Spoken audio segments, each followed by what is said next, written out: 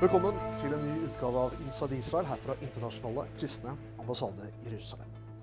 I dagens program skal vi se nærmere på påstanden om Israels ulovlige okkupasjon. Det finnes knapt noe landområde i verden hvor det er mer kontrovers omkring enn nettopp disse få kvadratkilometerne som ligger innerst i Middelhavsbukta, og hvor Israel har kontroll.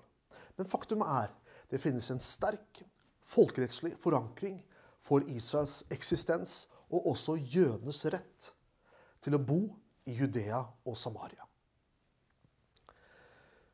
Som du ser på oversikten ved siden av her, så ser du at det kun er jødene som nasjon som har hatt en suverenitet over disse landområdene opp igjennom historien. Utover i jødisk suverenitet så har dette landområdet vært underlagt forskjellige riker og imperier. I de siste 400 årene før første verdenskrig og før Palestina-mandatet ble opprettet, så var dette området underlagt det tyrkiske imperiet, eller ottomanerne. Faktum er at det aldri i historien har eksistert en palestinsk nasjon, en palestinsk stat eller et palestinsk folk. Før Israels opprettelse så het den jødiske avisen Jerusalem Post, Palestine Post. Og Palestinas filharmoniske orkester bestod kun av jøder. Det vi må være klar over, det er at før første verdenskrig så fantes ikke de grensene og de nasjonene som vi i dag kjenner i Midtøsten. Tyrkerne hadde kontrollen over hele denne regionen i flere århundrer. Så kom man altså til første verdenskrig, og det var da grunnlaget ble lagt for opprettelsen av en rekke av disse forskjellige nasjonene som i dag er i Midtøsten. 17. november 1917 ble det som senere har blitt kalt for Balfour-deklarasjonen forfattet. I et brev fra den britiske utenriksministeren Arthur Balfour til lord Rothschild lovet Storbritannia å støtte etableringen i Palestina av et nasjonalt hjem for det jødiske folk. 24. og 25. april 1920 ble Palestina-mandatet gitt til Storbritannia. Dette skjedde under San Remo-konferansen i Italia, som var en del av fredsoppgjøret etter første verdenskrig. Flere andre mandater ble også gitt, som førte til opprettelsen av arabiske stater. Grunnlaget for Palestina-mandatet var Balfour-deklarasjonen. Med andre ord, opprettelsen av et jødisk nasjonalhjem, og det vil si en jødisk stat, var hele hensikten. Og grunnen til at man valgte ut dette området for dette mandatet, var jødenes røtter og historiske tilknytning til denne regionen. Senere besluttet Folkeforbundet 24. juli 1922 å gjøre det Palestina-mandatet til en del av sitt mandat. Dette førte til at mandatet ble bindende internasjonal lov. Med andre ord er påstanden i dag om at Israel ulovlig bosetter seg på den såkalte Vestbredden, eller Judea og Samaria, i strid med det historiske faktum at dette landområdet har det internasjonale samfunnet besluttet skulle være et nasjonalhjem for det jødiske folket. Vi har møtt Howard Grief. Han er forfatter, og han har studert denne historien om Israels legalitet i henhold til folkeretten. Og han har forfattet denne boken som heter The Legal Foundation and Borders of Israel under International Law. Vi har møtt han, og hør hva han har å fortelle oss. Welcome to you, Howard Grief. Israel, in the news, in the debates globally, is very often referred to be an occupying force, an occupying state. Is this correct? This is another falsehood. First, I would like to say thank you for the opportunity for inviting me to the studio to speak on behalf of Israel's legal case, which I consider to be an ironclad legal case. There is no such thing as occupied territories for Israel. This is the greatest hoax and myth of the last part of the 20th century and now in the 21st century. The territories which are described as occupied were part and parcel of the Jewish national home that was allotted to the Jewish people in 1920 in a boundary agreement that France and Great Britain concluded on December 23, 1920. And Judea, Samaria, and Gaza were included in the territory of Palestine, which was synonymous with the Jewish national home. Therefore, any area of the Jewish national home is Jewish designated land. It is not Arab land. It is not occupied land. What does occupied mean? It means that it belongs to a foreign sovereign. And under the Fourth Geneva Convention, there was no foreign sovereign. Actually, it's Articles 42 and 43 of the Hague Regulations of 1907 requires that in order for occupation to take place, there must be a foreign sovereign. Now, who was the foreign sovereign? Jordan was not a legitimate foreign sovereign. No one recognized their sovereignty over Judea, Samaria, and eastern Jerusalem, except Pakistan and partly Great Britain. And in any case, from a technical viewpoint, it cannot be occupied territories, but from a substantive viewpoint, it's altogether fallacious and actually ridiculous, because this land, as I repeat, was allotted to the Jewish national home, to the Jewish people. And Jews were entitled to settle anywhere in Judea and Samaria and all over the land of Israel. People say that this is the Palestinian territories. Has it ever been under the Palestinian sovereignty? Well, when the distribution of the Ottoman Empire provinces in the Middle East was distributed by the principal Allied powers, Britain, France, Italy, and Japan, there was no nation called Palestinians. So it's complete falsification of what took place. I can only repeat myself again, this land was allotted to the Jewish people, so that therefore there was no Palestinians who were given this land. Furthermore, the Arabs who have changed their name to Palestinians is another myth, because the Jews were the Palestinians all during the Mandate period, which extended from 1920 to 1948. The Arabs, who now rebrand themselves as Palestinians, they rejected this term. They said, we're part of independent Syria. We're South Syrians. Their leaders, such as Ahmed Shkulkari, said this specifically as late as the 1950s. They rejected the term. As late as 1967, when UN Resolution 242 was adopted by the UN Security Council, they were not called Palestinians. They were called simply refugees. Apparently, sometime in 1969, the United Nations adopted the term Palestinians.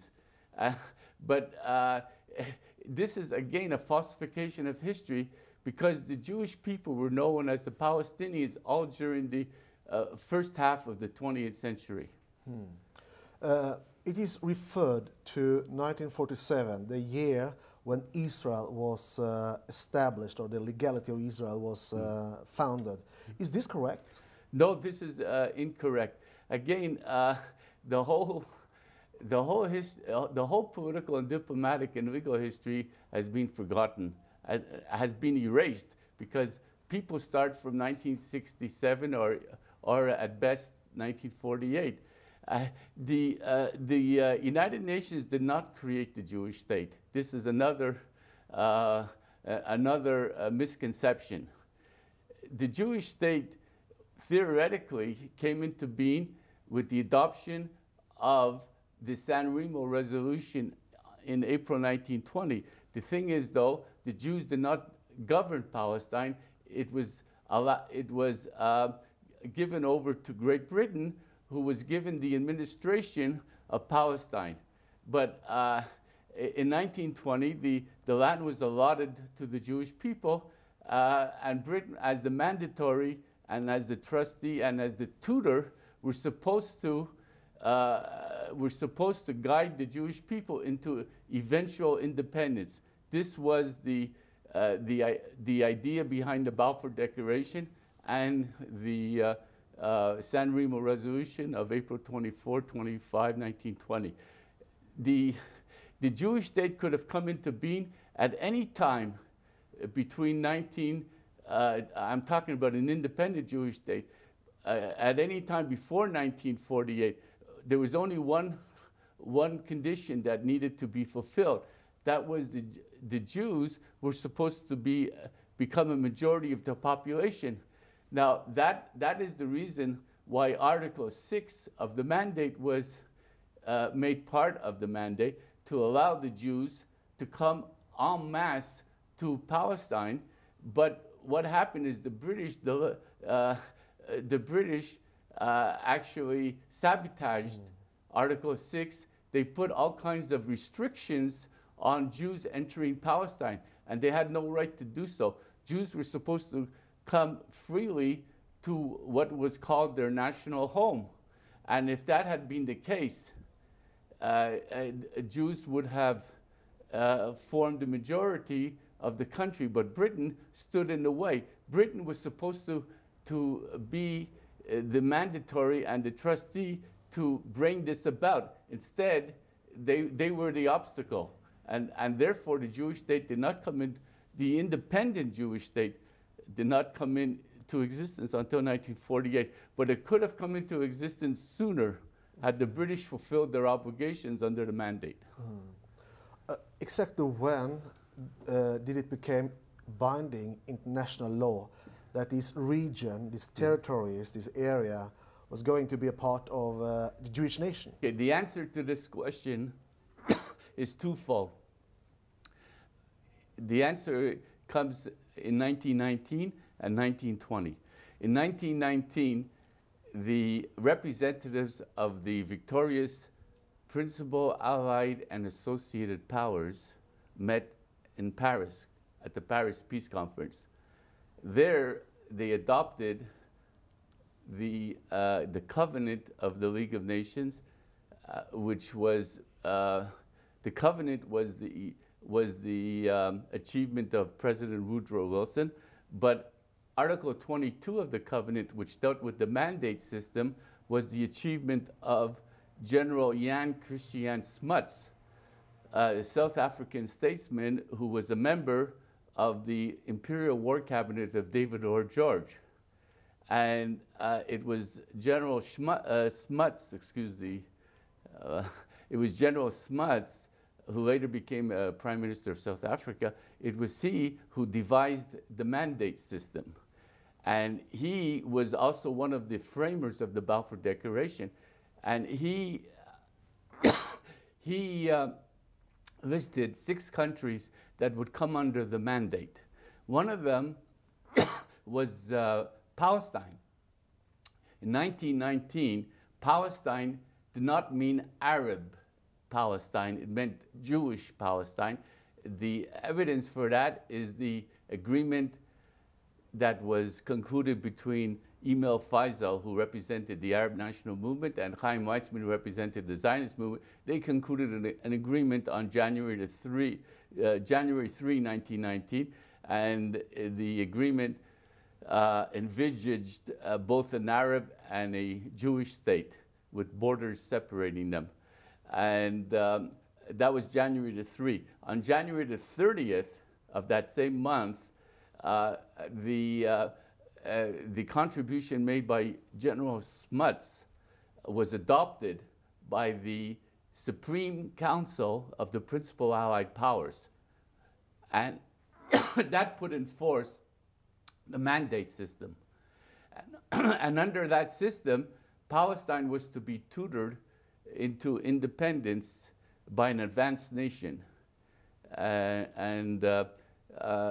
was, as I say, 1919. Already we know that Palestine did not officially exist in 1919. It was a concept, just as Syria and Iraq and Arabia, for that matter, were concepts. There were no borders yet. Then, a year later, the same principal Allied powers, minus the United States, because the United States had not declared war against Turkey, they were the associated power. They were involved in the approving the mandate system in 1919. But in 1920, it was then decided to distribute the Middle Eastern provinces of the Ottoman Empire. And that was done at the San Remo Peace Conference. It began in on April 18th and ended on April 26, 1920. 2 days were devoted to Palestine. Those sessions were held on the 24th and 25th of April, and it is there where they adopted what I have called the San Remo Resolution, distributing the territories to the national beneficiaries of the mandate. Iraq went to the Arab side, Syria went to the Arab side, but Palestine did not go to the local Arabs of Palestine. It went to the Jews of the world, to the Jewish people, to world Jewry. This was the unique identity of the Palestine Mandate. Other mandates were given over to the local inhabitants, but not in the case of Palestine. In 1920, the Jews were 80,000 only, and the Arabs far outnumbered them. But this was the unique feature of the Palestine Mandate. It was designated for the Jewish national home, for the Jewish world, for the Jewish people, for those Jews who would eventually emigrate to Palestine and become the majority. That was the idea of Lord Arthur James Balfour, the Foreign Secretary of Britain, and David Lloyd George, the Prime Minister, and that was adopted at the San Remo Peace Conference by France, who were represented by its Prime Minister, Alexander Millerand, and its Secretary for Foreign Affairs, Philip Berthelot, and the Italian Prime Minister, Francesco Nitti, as well as the Japanese Ambassador, Mitsui. So what you say is that even the Arabic states was established during this period, because in the Western world, it's one of the accusation against Israel is that Israel is a result of Western colonialism. But the case is that also the Arab states were established during this period. Yes, this is very important to know. Prior to 1916, there were no Arab states for many, many centuries. Perhaps the last Arab state as such was in Fatimid Egypt, going back to the medieval period. That was a long time ago. There was no Arab state called Iraq, there was no Arab state called Syria, and there was no Arab state called Palestine. All these states were created by the same document, which I have called the San Remo Resolution. And why should the Arabs condemn the Jews for getting their state when they got their own states under the same, from the same document, from the same origin? It's so hypocritical on their part to talk about colonialism when they were the greatest benefactors of what the principal Allied powers did. The principal Allied powers, particularly Britain and France, lost millions of soldiers who were killed in World War I, and the Arabs contributed practically nothing to the defeat of the Ottoman Empire, and here they were the greatest benefactors. And the reason that Palestine was set aside for the Jewish people was because of the historical connection, which went back 3,800 years to the time of the patriarchs Abraham, Isaac, and Jacob. It was because of the historical connection that Palestine was allotted to the Jewish people. I mean, it made sense. But there was no Arab connection to Palestine. Det en stor glede å ønske deg hjertelig velkommen til vår årlige sommerkonferanse som går av stabelen fra torsdag 28. juni til søndag 1. juli i Gimlehallen i Kristiansand. Dette et festarrangement for hele familien med seminarer, kveldsmøter, lovprisning, fokus på Jesus og undervisning om Israel og det jødiske folk. Hei, jeg heter Jarle Valdemar, og jeg barneevangelist. Og jeg gleder meg veldig til å komme på konferansen til sommeren i Kristiansand. Der skal barna få lov å oppleve et utrolig bra sted å være. Vi skal ha det gøy, vi skal ha det moro, vi skal ha sanger og vi skal ha leker. Vi skal fortelle om Jesus på en kreativ måte, og dette blir så bra for både barn og voksne. Så jeg gleder meg til å ha barna på barnemøte og ha familien på familiemøte. Så vi ses til sommeren i Kristiansand. Ha det bra! Hei, jeg heter Tom Sigurdsen og ungdomsleder i Internasjonale Kristne Ambassade Jerusalem. Jeg vil invitere deg som mellom 15 og 23 år til en livsforandrende helg 28. juni til 1. juli denne sommeren. Under Internasjonale Kristne Ambassade Jerusalems årlige sommerstevne så vil ungdommene ha et helt eget arrangement på Ansgar sommerhotell i Kristiansand. Der skal vi ha det kjempegøy sammen, vi skal stå på vannski, vi skal grille, og vi skal ha en masse sosiale aktiviteter. Men det aller viktigste, vi skal lære Jesus bedre å kjenne, og vi skal få mer påfyll og informasjon om konflikten i Midtøsten, og ikke minst om Israel. For mer informasjon og påmelding, så går du bare til internettsiden vår, som www.icej.no. Så da gjenstår det bare å ønske deg velkommen til sommerstevne 2012, 28. juni til 1. juli.